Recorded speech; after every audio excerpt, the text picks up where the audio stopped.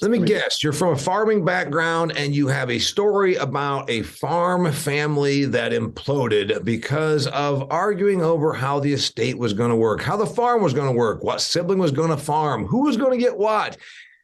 How did I predict that? Because I've been around this industry my entire life. And you know what? It seems like we all have those stories. Some of us even grew up with that story. That's the subject today. We're talking about the family farm and the dynamic of farming with family as a business. Hey, Damian Mason here with a question before we hop into this episode of The Business of Agriculture. If you farm for a living, you employ a lot of amazing technology, from your inputs that you put into the soil to the tractor that you sit in, your combine, and the amazing data that it harvests. But has your soil analytics kept up technologically with everything else in your farming operation? I would venture to say that no, it is not. Sure, you check for your nitrogen, your phosphorus, your potassium, your micronutrients as well. But what about disease pressure? Do you know what diseases and what pests you're going to face next year? No, you don't. But you can now figure that out with Pattern Ag's predictive analytics. Think about it. They can tell you now with testing what the likelihood of facing nasty diseases, things like cyst nematode or sudden death syndrome, what the likelihood of you having this in your field. Then you know how to prepare, how to treat, and where to invest your money. It's using technology to make you bigger yields and therefore make you bigger money. Go to www.pattern.ag to learn more. They are pioneering the way in predictive agronomy.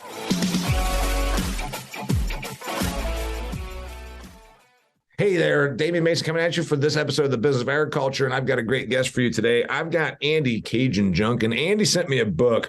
I actually didn't know about this guy, and I checked it out. I won't say that I've read the entire book, but I definitely skimmed through it, and I found enough hot topics in here. I'm like, yep, I can relate to that. Yep, I've seen that. Oh, yeah, I know that story. Anyway, Bulletproof Your Farm is one of his books, and he says, hey, I want to come on your podcast talk about this thing. Stubborn. So actually, that's what he calls his business, stubborn.farm. And you know what's interesting, Andy? What we all know if we've been around it and we're old enough and mature enough to understand, it's the emotion and it is a personal issue that's not generally a business issue that causes all this strife, but it's always a thing where they don't handle the business like they should. So as we know, we call this the Business of Agriculture podcast because agriculture is a business.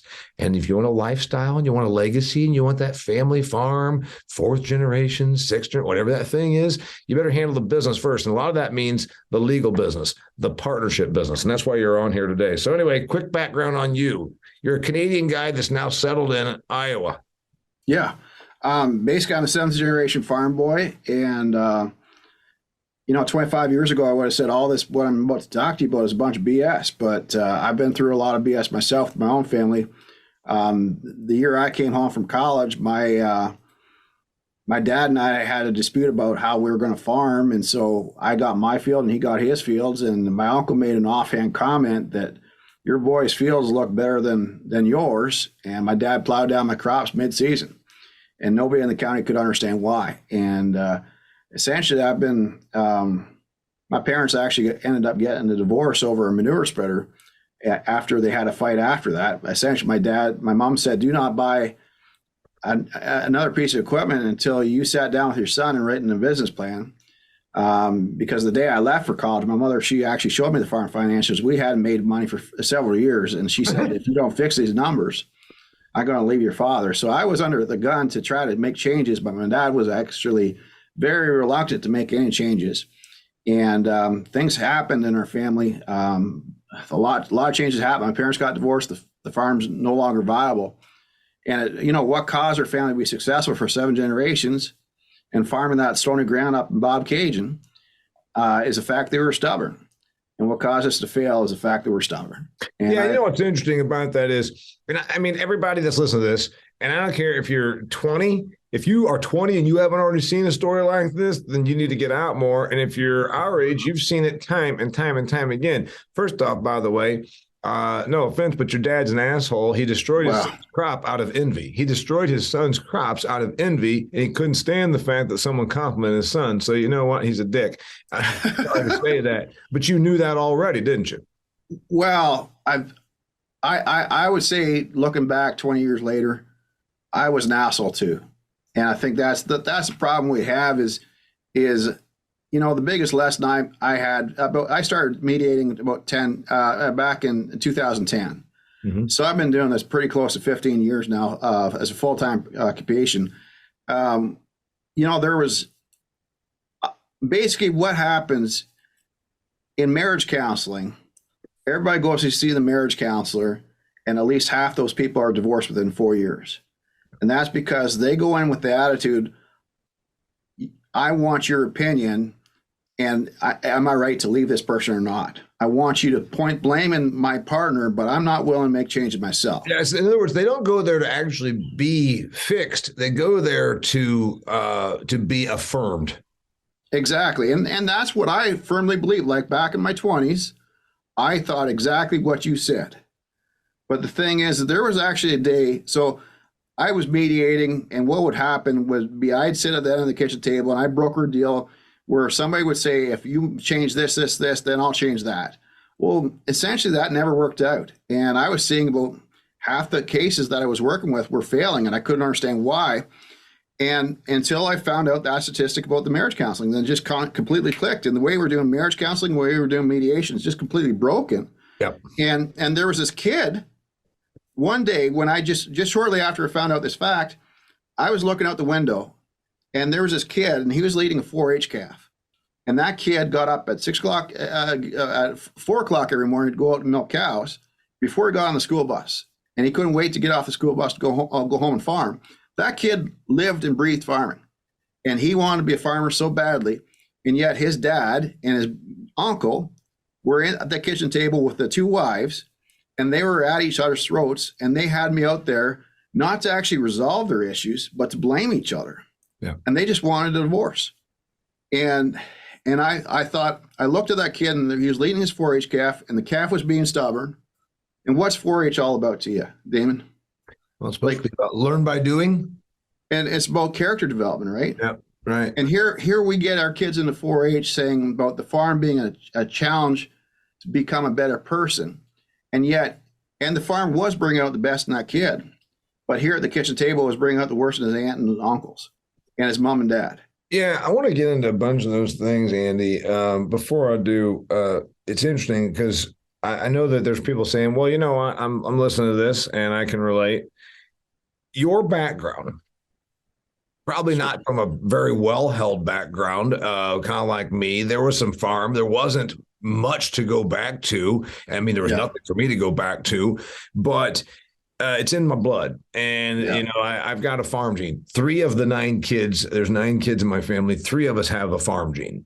The other ones, I've got sisters that wouldn't know a Holstein from a soybean. I mean, they just but anyway, so you've got the farm gene. You went to University of Guelph, which is the ag school in Ontario, ag business. And so your plan was to come back and farm, and you were kind of given an ultimatum from your mother, hey, things are terrible here. Come back and fix it. That's a pretty big burden to stick on a 22-year-old. It is what it is. But I mean, the thing is that the first white man killed in the township was on the back end of our farm back in 1832.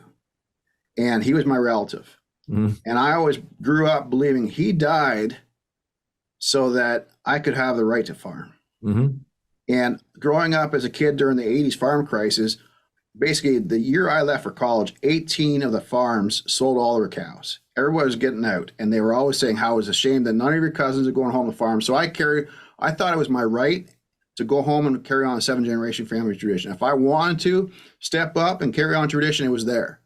But what I found out was nobody has the right to farm. It's a privilege. Mm-hmm. And the thing is, we get into the mindset of entitlement, and that's what kills farms. Like in that situation where I was talking about the kid leading the 4-H calf, everybody felt entitled to each other's love. Everybody felt entitled that the farm was going to continue for generations. The truth is, if those 2 brothers broke up the farm, that kid would be put into so much debt that he would have to be paying for the rest of his life to buy out his uncle, that he would never be able to grow and never be able to expand. There would be a point in time when the dairy price would hit a rock bottom low that kid could not cash flow it. Mm-hmm. And I thought, I was looking out that window and thinking, how terrible is this situation that kid has no future because the egos, it was more important to be right And as a result, things weren't going to be right on that farm for that kid. And then I looked over, and there was a Bible. This is a Christian family. And they had a Bible at the kitchen table. And I don't care if you're religious or if you're Protestant Catholic or you believe Elvis is still alive and you're atheist. I don't care. The thing is, it said Matthew 7:5 was right beside me. It said, "Do not take the speck of dust out of your brother's eye until you've taken the plank out of your own." And that for me just changed my whole perspective on everything, because that's a magic solution for successful marriages, successful partnerships, is we got to stop pointing fingers at each other, and we got to start looking at the three fingers pointing back at us. Mm-hmm. We got to stop being stubborn with each other, and we got to start being stubborn at the habits that make you more successful, turning weaknesses from weaknesses into strengths. And that's the basic premise. I've gone from being a mediator to trying to get rid of the need for a mediator altogether. I want to hear about some of your stories, and also we're going to get to some of the big ones here, because you sent me a note, and I said, here's the things I like to talk about most: the succession, sure. About business plans and farming are useless. I love that one, because I've been very, very big about business plans being way overrated. And then about dealing with the change of hands. And then the other one, of course, is mental health issues. And I want to go through those. But before I do, I want to ask you this. 2010, you helped mediate a farm conflict. You turned this into your business. How? Were you sitting? Were you out there? You know what? How? Just tell me the process of getting here, because you're now a service provider in agriculture, doing something that is greatly needed. That many farming operations, to your point, are so stubborn, they will never seek the help they need, or they seek the help to a firm, like you said, like the marriage counselor. So how'd you get into this? And then I want to go from there. Well, for the guys driving tractor right now, just take a step back, because we're going to be here for a while, but I'd love to tell you. I guess there was a moment for me where I almost hung myself. I basically said, by my birthday, we have to get a succession plan in place, or else I'm going to hang myself. And I put the ultimatum there. My dad was a narcissist, and he didn't really care. They didn't take my ultimatum seriously. So I found myself on my birthday sitting on a barn beam with a rope around my neck and a 22 in my lap. And I walked into that barn only thinking about myself and how I was hard done by. Mm-hmm. And basically what had happened is when your parents get divorced over a manure spreader, mm-hmm. Basically one day the shit hit the fan, right? And so that's kind of a funny joke. I mean, I said it offhand, one friend in confidence, and became gossip in 5 counties. Yeah. And so basically everybody that went to University of Guelph with me, I had a lot of friends, heard the story. It was part of the reputation, I guess you say. And so basically over the 10-year period that I was trying to struggle, go home on the farm and join the farm and fix my parents' marriage, I became the guy that everybody started to have a beer with. Mm-hmm. And then what happened was that in that process, I started stepping in and just found I had a natural gift for mediating. Mm-hmm. And so what happened was I ran a country bar called Raging Cajuns. The country bar was named after me on the weekends. And I sat in the University of Guelph library for several years, studying to become the expert in succession planning. And then 2010, I opened the office, and was on the radio station, put on a big, launch. I'd helped about 15 families up to that point. But the first real client that was not a friend was a farmer. We'll call him Jack. That's not his real name. But he was actually from Western Ontario, and he had just gotten in a fight with his son. And essentially there was a 22-year-old son. He was 27, and he had come home from college with a bunch of ideas. And his dream was to double the size of the dairy herd from 60 cows to 120 cow barn. Mm-hmm. And basically Dad said, I agreed to sit down with the bank to talk about an expansion. What Dad did not know was that as actually the 5th meeting that the son had with the banker. All Dad had to do was sign on the bottom line. Mm-hmm. And somebody called an hour before that meeting the first meeting was supposed to happen. And son and Dad went from being best friends to worst enemies. And basically Dad was so insulted that he had spent his entire life to give the farm to his kid on a silver platter. Mm-hmm. It wasn't perfect, but it was there because he had made some good decisions, and yet it wasn't good enough for his son. And he felt his son was looking him a gift horse in the mouth. Mm-hmm. And basically every suggestion the son had for change after that moment was perceived by the old man as a criticism of past management decisions. Mm-hmm. And I suddenly understood what was going on with my dad and I, is that, when young lads come home from college, they got a ton of ideas, but at some point in time, these suggestions for change are seen as criticism of past management decisions. And for somebody who's the center of identity is being a good farmer, it really hurts because that's your pride. And soon dad, whether it's consciously or subconsciously, starts to push back on these ideas and double down on bad decisions because it's more important to be right in a conversation than for things to be right. Mm-hmm. And that creates a very wrong situation. And the first client I had back in 2010, when I went full time into this, he called me up on Sunday morning. So I've sat down with Jack, we'll call him, on the Saturday. I sat down with his son on a tailgate, had a beer just before milking. Monday morning, we're supposed to sort things out because they already had, gifted equity to the son. He had 30% of the $10 million farm by the age of 27. But, the son had actually wanted to buy dad completely out because he was tired of dad micromanaging him. Mm-hmm. And dad was only 57. Yeah. And he had said when the son was in college that he was going to quit 5 years after the kid came home. And he didn't. And now he was reneging on what he had promised. Exactly. Well, the thing is that we don't understand, and they don't teach this at college, and nobody realizes it. The biggest change in technology is the fact that fewer farmers have bad hips at the age of 60. They go in for hip surgery, whereas back in the 60s, if you had bad hips, you'd retire. Nowadays, dads are going in for hip surgery, and they're farming to their 80s and 90s. And if you want to farm to the day you die, I'm all about making that happen. But the conundrum we have is that instead of there being one generation farmer at a time, we got 3, if not 4 generations farming together. And because the equity required to farm successfully, you need so much capital. It doesn't make sense every 25 years to be splitting up capital between siblings. Mm-hmm. So you got to keep it all together. So you got suddenly a situation where you've got 3 generations farming together, 3, 4 siblings farming together. You got a situation where there's too many chiefs and not enough Indians. That's, by the way, something I want to get into because I've seen that time and time again. It's like, there's only so much to go around.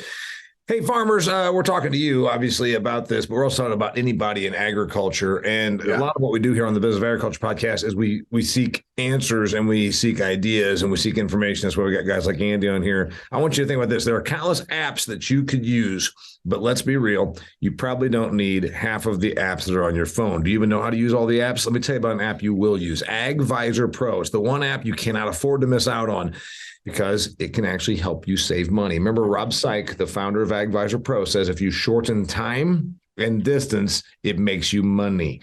If you're spending time looking for answers in agriculture, why don't you just put the app? It's real easy. I'm holding it up right now, my smartphone. Just go on your phone and go to your app store and put AgVisor Pro on there. It's a bunch of other ag people on there, some who have expertise, like, for instance, Andy right here, who has this expertise in mediating farm disputes. He could have the app on his phone. He could be listed as an agricultural mediator for disputes and succession planning. You see how it works? So put AgVisor Pro on your phone. Maybe you don't know how to eradicate some invasive species of weed. Somebody on AgVisor Pro has dealt with it and can help you shorten your learning curve.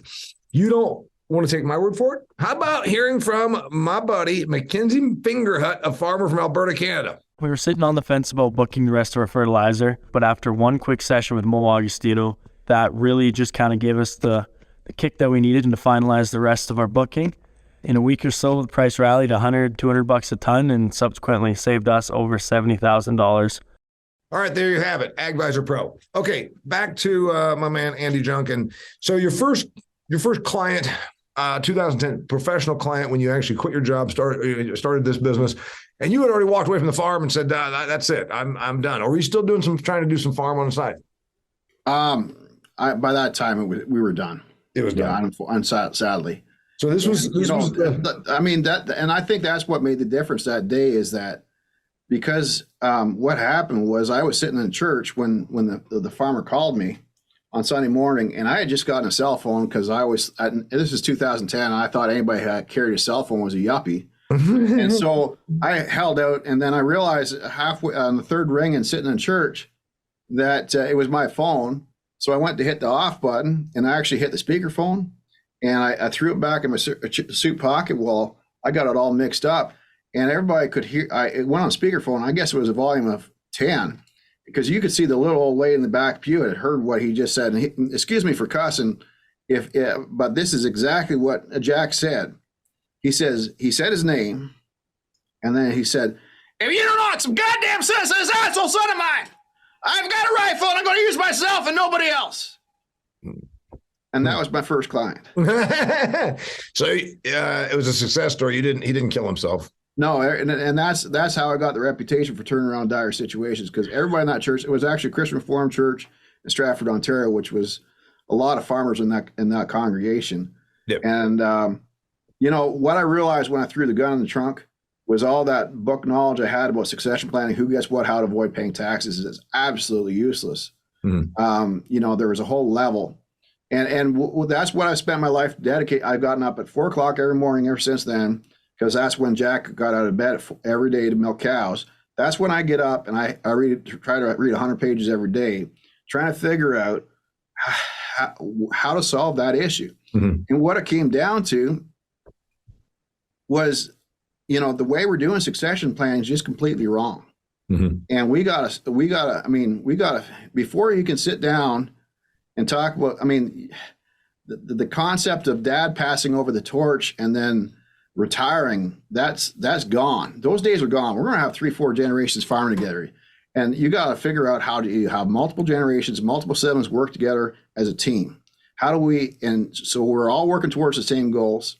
So it doesn't matter who's right and who's wrong. Yeah. What matters is we make the right decisions together and we create heaven on earth. Andy, I agree about the succession, because it's generally, there's so many farm situations, and it's always the same thing. The farm that begrudges the more successful farming operation down the road, and you know these people. Yeah, well, they're agribusiness, and I'm like, yeah, they also have a lawyer set up all their stuff. It's all handled. What's yours? Well, I just always been saying, like you've been saying. You've been hanging out in the shop talking to your bumpkin buddy about, well, when I die, I do this. I'm like, that's not a legal arrangement. That is not succession. That is not anything that would ever be business. Any business would never handle things that way, nor should they. So I find that to be very true. The other thing that you said, though, I actually want to disagree with. You said that we're going to have people farming until they're 80. That's been the thing forever. Farm until you can't, and that's that thing. I want to go out there, I'll die on a tractor or whatever. I actually believe that from about my age on down, I'm in mid 50s. I think that that's not necessarily the case. I think that I see folks that want to actually do some other things. We talk a lot about, during the pandemic, people decided they kind of enjoyed being home with their dog, or they kind of enjoyed doing this. I'm wondering if it's not a pandemic thing, but I'm just wondering if in the last decade, we've seen a little bit of a shift where some of these folks that say, yeah, I don't know if I want to be out here doing this when I'm 80. I really kind of almost think that we're going to start seeing a shift in that. It means I'm disagreeing with you. Not that we're going to have a problem with disagreeing, but I think there might be less of that. However, there's still going to be 2 generations involved, because that's the way it's always been. It's that thing that kid comes home from school, whatever, and he or she joins the operation. I just don't know that they're going to be around till they're 80. I think that they might walk. I predict that that's going to become a thing. Well, I think that some farms, some guys, they want to retire and they want to go play golf in Florida or golf in Arizona, and you have a place down in Arizona, and those guys, right? But I do think a bunch of them are Canadian too, Andy. What is the deal? I think you guys got to figure it all out. I don't know why the hell we moved to Iowa instead of moving to Arizona. That's what me and my wife complain about in February every year. But anyways, the thing is that I think there's going to be some people that farming is a career, and as soon as they're done the career, they can't wait to retire. And then there's some people that being a farmer is who they are, and they would rather give up their left nut than ownership of the home farm. And they want to farm until 3 days after they die. Yeah. And, if you're one of those guys, I want to help you make that happen. But I mean, I had a situation just 2 days ago where a guy's 77 and, the same situation. I mean, basically he and his nephew and his son cannot make decisions together. And it was creating a situation where they basically had a pissing contest over every decision. And it was creating skyrocketing mental health issues, as well as the farm wasn't profitable because, it became more important as to who is right and who is wrong. And as a result, everything was wrong in that situation. And that's what I really focus on is how do you get multiple generations, multiple siblings making decisions together. And so what I start off with is having a family business meeting once a month where the son and the daughter or whoever's involved in the operation comes to the table. And what I found was that there was a granddaughter, and she got really upset because she came on the farm. She took over the dairy herd. They had to buy a new milk tank because she did such a good job in the barn. But then when it came to year end, they made so much profit that they had to reinvest it back in the farm. She had no say into that. And she had done a research as to doing a new calf barn ventilation. Mm-hmm. But she gave the researcher to her grandpa. Grandpa didn't even read it because he seen it as criticism because he had built that calf barn. Mm-hmm. And he seen his criticism of what he had done. Mm-hmm. And the thing is that when granddaughter suggests something, grandpa's got his arms closed. Mm-hmm. And what you want to do is have a family business meeting once a month where it's not just granddaughter coming to the table and suggesting new ideas to improve the farm, but grandpa in 5 minutes later is going to do the same thing. And so through that process, we see it as a process of brainstorming, ways to improve the efficiency of the farm, just as far as how we work together in production matters, not criticizing what's been done. And that you got to, where we get into problems in succession planning is that you'd be surprised by this, Damon. 77% of farms do not have a succession plan. Yeah. 77%. But I would tell you that you would think it's the small Mickey Mouse farms that don't have a succession plan. It is the largest operations. I've been on 13,000, 20,000 acre operations. And, as one guy says, they can fight about when I'm gone. Why do I care? They're not thinking about why would you spend your 40 years building up a farm if it's going to be gone 40 years down the road.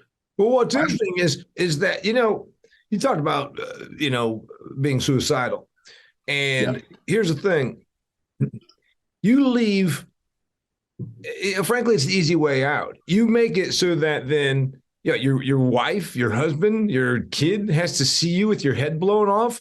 You think that doesn't screw them up for the rest of their entire life? Well, think about it this way. It's about the same way. That guy that says they can fight about it when I'm gone.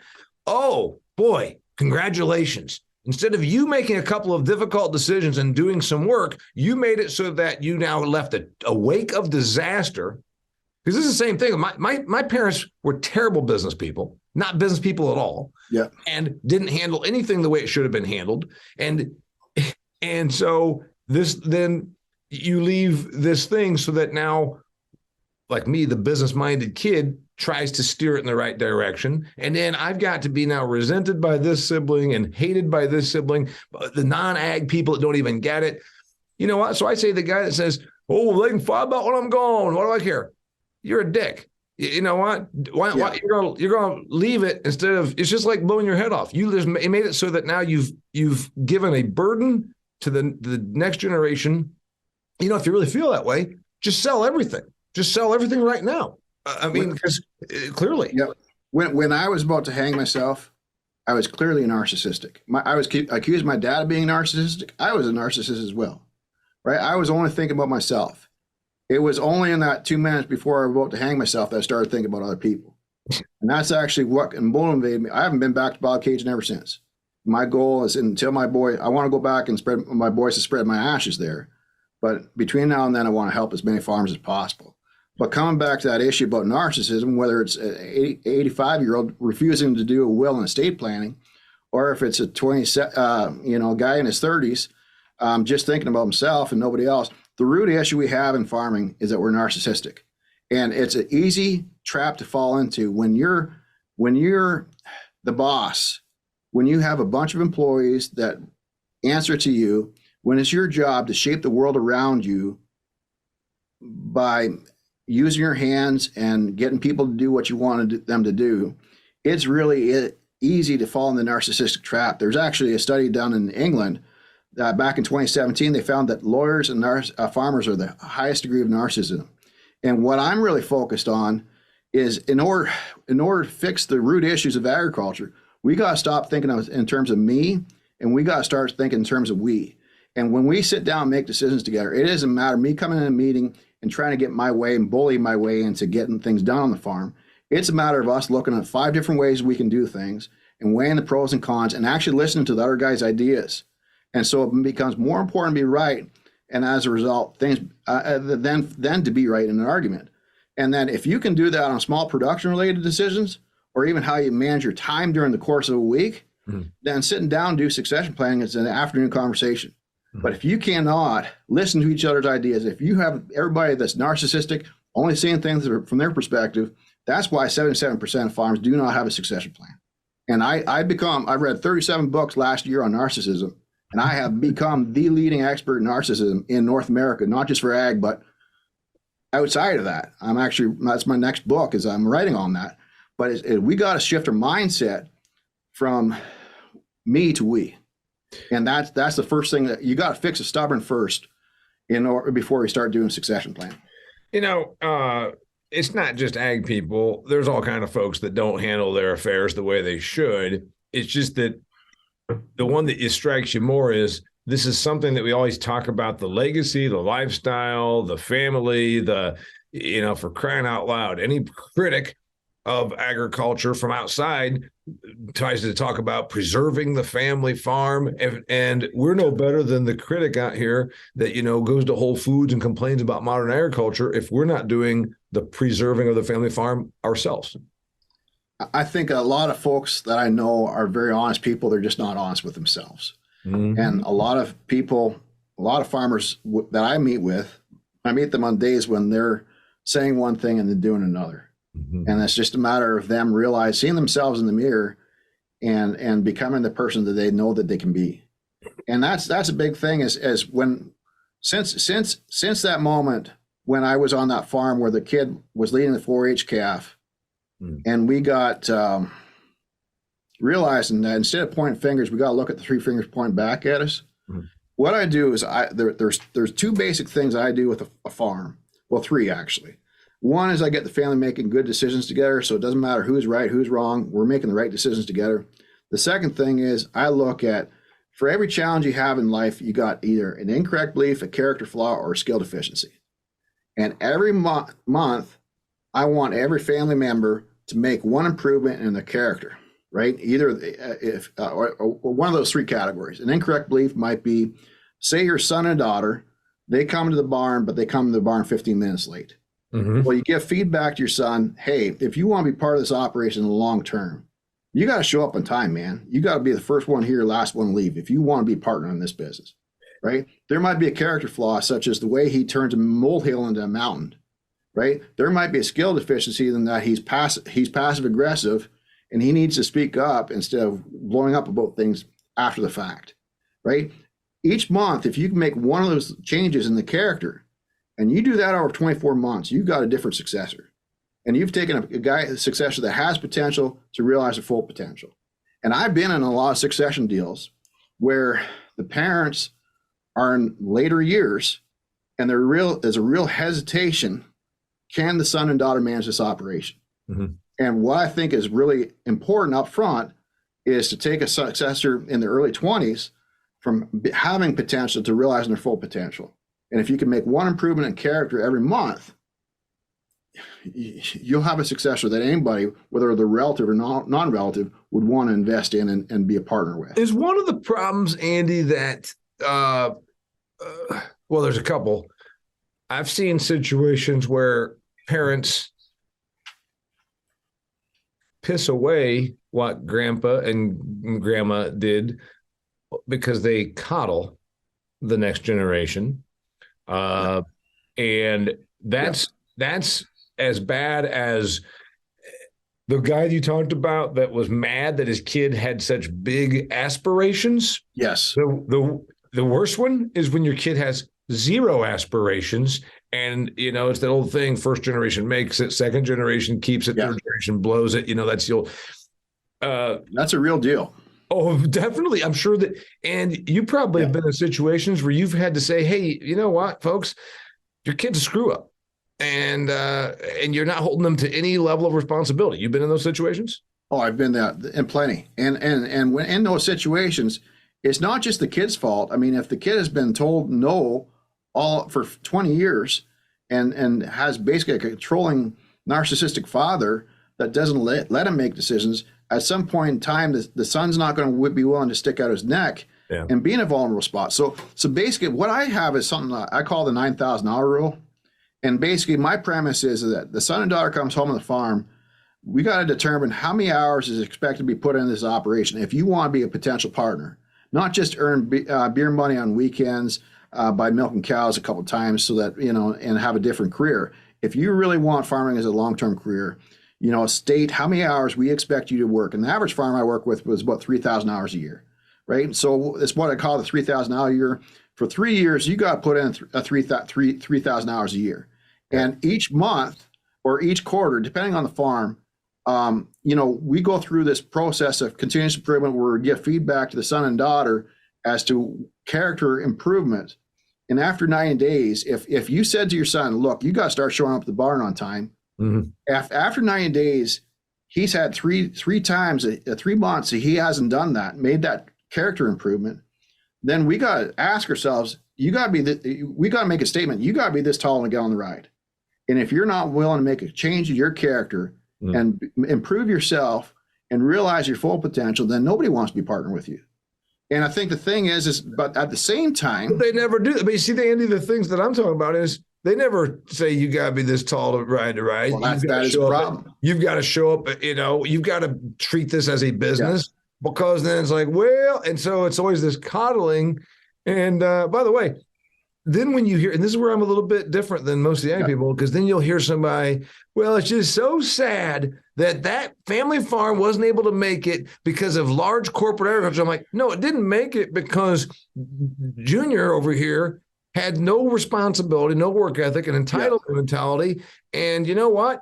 I don't feel bad for him. In fact, I'm going to go to the auction, try and buy the ground because I do look at this as a business. He didn't. And so I'm a little different. Like I don't pull the whole poor them. I'm like, no, this is a business. You got to have a time and place, whether it's once a month, once a quarter. You guys decide where you give feedback to your son in a written format, and then you give performance evaluations every month as to how he's doing.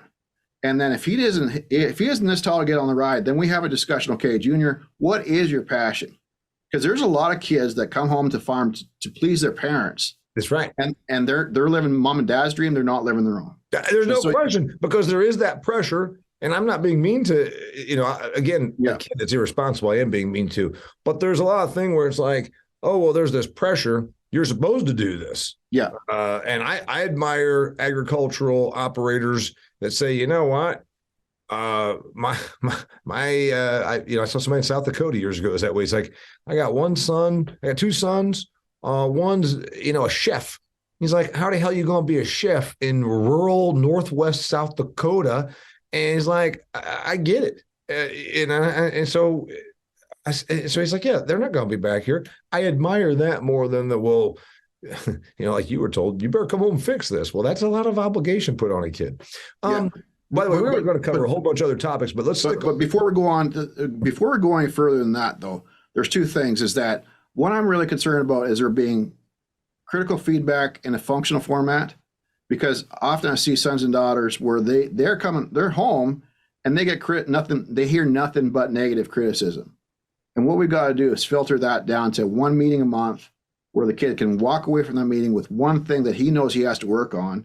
And then what I want him to do every day, or she, absolutely. When she puts on her boots to go out to the barn in the morning, I want her to write I want her to work on 3 things every month. I want her to adapt one new thing and work on that for 90 days.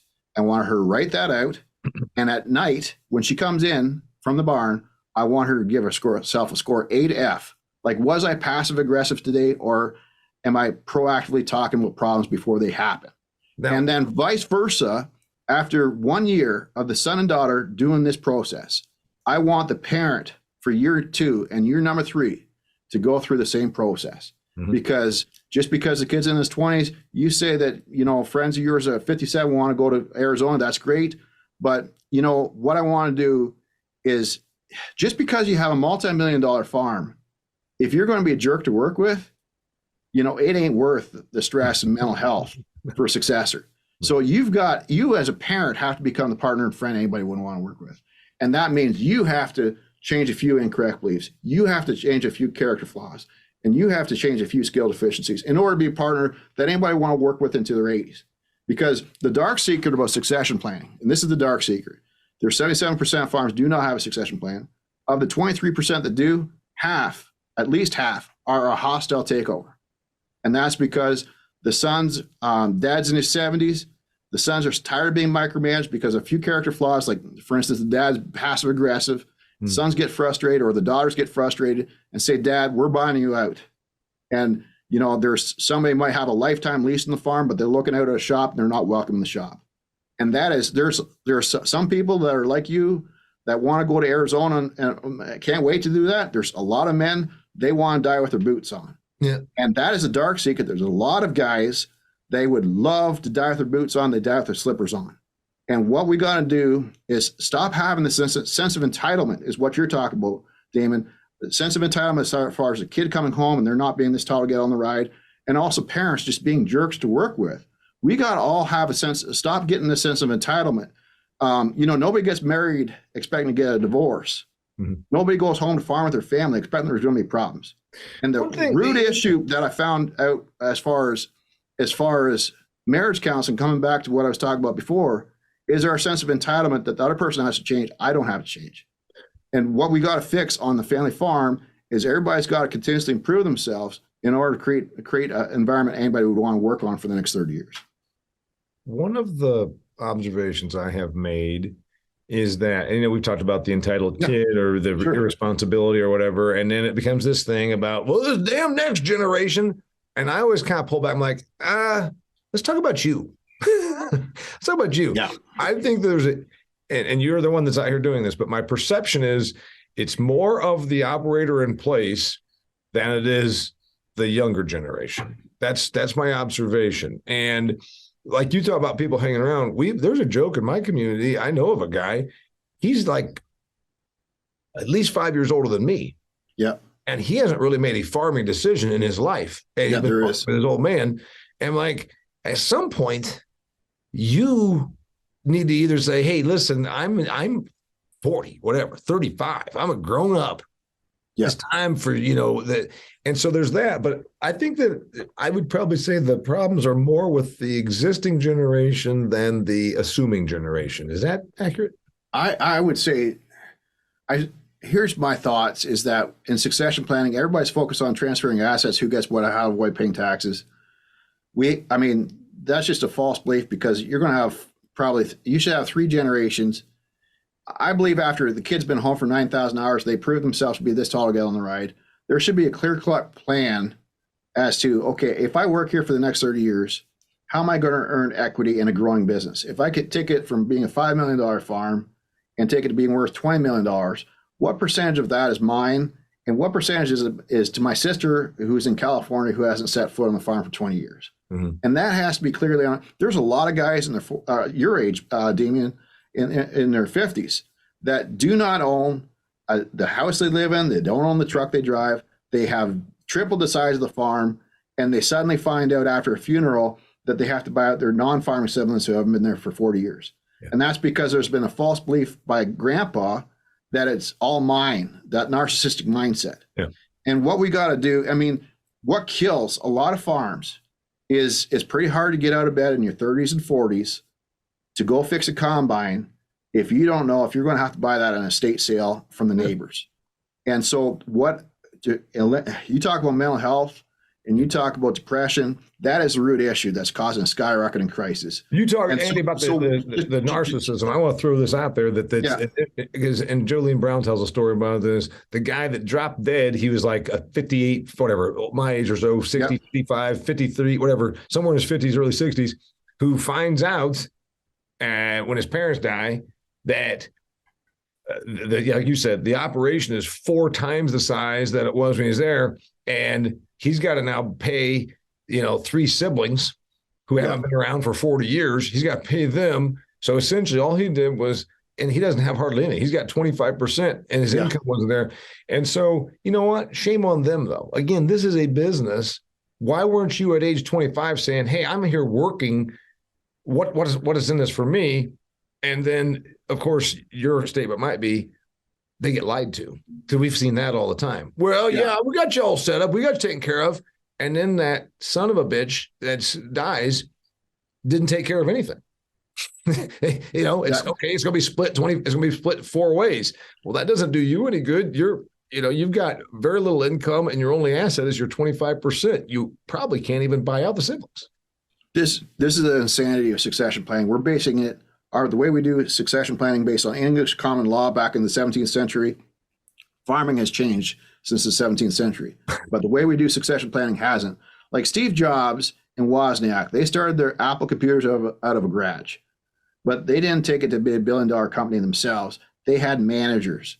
And when those managers proved themselves, they started giving them stock options. Yeah. And I think that after your son and daughter have been home for three years or so, and they've proven that they're this tall, get on right, they're a competent manager that a non-relative would invest in them and want to take them on as a partner, there should be a clear-cut business strategy. And that's all succession planning is a business strategy as to the long-term growth of the business and also equity split. And there should be a clear-cut plan as to, if I put my shoulder into this for the next 30 years, what percentage is the opportunity for me to take over? And if my sister from California has a problem with that strategy, great, come home and work 90,000 hours on this farm. Prove that you're competent as well, and we'll figure out a way for you to earn equity in the growth of the business as well. But it's clearly, Steve Jobs, nobody that would be a manager at Apple Computers wouldn't be Apple Computers if all the managers were there working for just a wage. Yeah. The only reason why they got out of bed and they had that drive to grow it is because they were earning options. Yeah. And what's causing a skyrocketing amount of divorces for guys in the 30s and 40s is that their spouses are saying, hey, you're 35. We haven't had a succession plan in 15 years. Mm-hmm. Either I'm leaving this farm in January. If we don't have a succession strategy, you can come with me or not. Mm-hmm. And that is putting a lot of sons and daughters between a rock and hard place, choosing between the farm and their spouses, because their spouses say, this is nonsense that we're putting in 4,000 hours into a business where we're getting paid $30,000 a year. This is insane. And by the way, we always called them the non-farming outlaws, the in-laws of the outlaws. But the reality is, if you're married to some, let's say, dude, that's more common. Let's say you're a woman that's married to some dude and you're not from the farming background. And then, you're out here living in rural America, rural Canada. And you see your husband leave at 6 a.m. and get home at 7:30, 8 o'clock at night. And at some point you're going to say, what's our deal? What's the actual arrangement? And again, I think your advice and my advice is treat this like a business. Yeah. It's like, well, no, we're not Apple, we're a farm. It's a business. Yeah. Yeah. I would totally, so I think after the kid's been home for 9,000 hours, there should be the talk, mm-hmm. right? But before we have the talk, let's make sure we can all sit down, make decisions together. So we're able to succession and strategic planning, whether it's a barn expansion or doing succession planning, that's a complex decision. And we got to be able to make complex decisions. So I always liken it to making, when I went as a kid, I was in Boy Scouts. Actually, my kids just came back from Scouts just a few minutes ago. And they have, the Boy Scout leader said, okay, you boys go build a fire. And me and my cousin went and got a biggest log, and it was a big old wet log. And we tried to light fire with that. Yep. And the Boy Scout leader then showed us, hey, you got to start with the kindling first. And what I think is, to liken that to decision-making, you got to get the family being able to make small decisions first without egos being involved. Like, I would rather have a successor and a grandparent have an argument about how can we make better use of our time so we're more efficient with our time. If we're all about to spend 60 hours in this farm in the next week, that's 180 hours. How can we better utilize our 180 hours and have an argument between grandpa and grandson as to what the priorities are on Thursday afternoon. So we learn to respect each other's decisions. So then when we talk about where the farm's going to be in 10 years' time, not just 10 hours from now, it's not a pissing contest.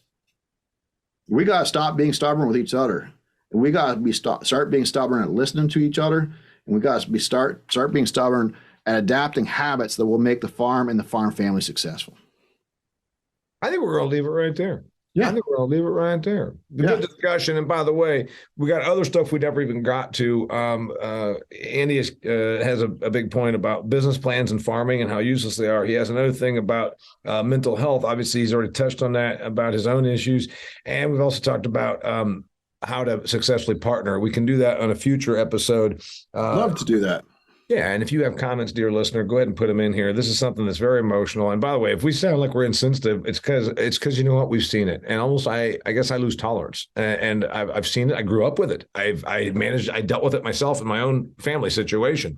And now there's siblings don't talk to me, and it just goes on. So I've seen it. We've lived it. So if I sound short on it, it's more that I'm just intolerant, and also I find it inexcusable.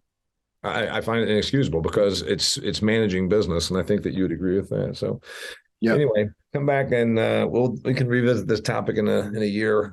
If you've got comments, put them in the comments. Send me an email, whatever you'd like. If you want to find out more, how do they find you, Andy?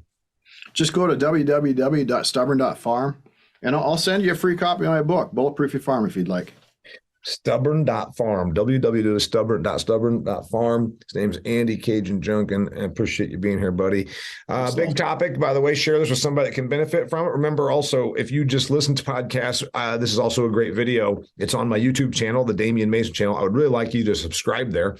It don't cost nothing. And I just am looking to build my subscriptions on my YouTube channel. So hit subscribe. And if you also want to check out the video, it's on Acres TV. We've been streaming over there since the beginning of the year. And it's working out very well over there. So Acres TV, YouTube, or where you get your audio podcast. Thanks for being here. Till next time, he's Andy. My name is Damian Mason, and this is The Business of Agriculture. Well, that concludes another fantastic episode of The Business of Agriculture. This episode was brought to you by Pattern Ag. You know, everybody in agriculture understands the importance of soil health. We also keep an eye on our soil better than we ever did through advanced soil testing. But what if there was a company that provided predictive analytics, not just checking out nutrients and all the elements that are in there, but also could tell you the degree of risk you face with disease and pest pressure? That's right, Pattern Ag can do that. They actually can tell you, hey, you're going to have a real issue here. You can proactively treat for corn rootworm or cyst nematode or sudden death syndrome before the problem actually starts costing you yield. Go to pattern.ag, that's www.pattern.ag, to find the nearest rep that can help you start doing better for your soil.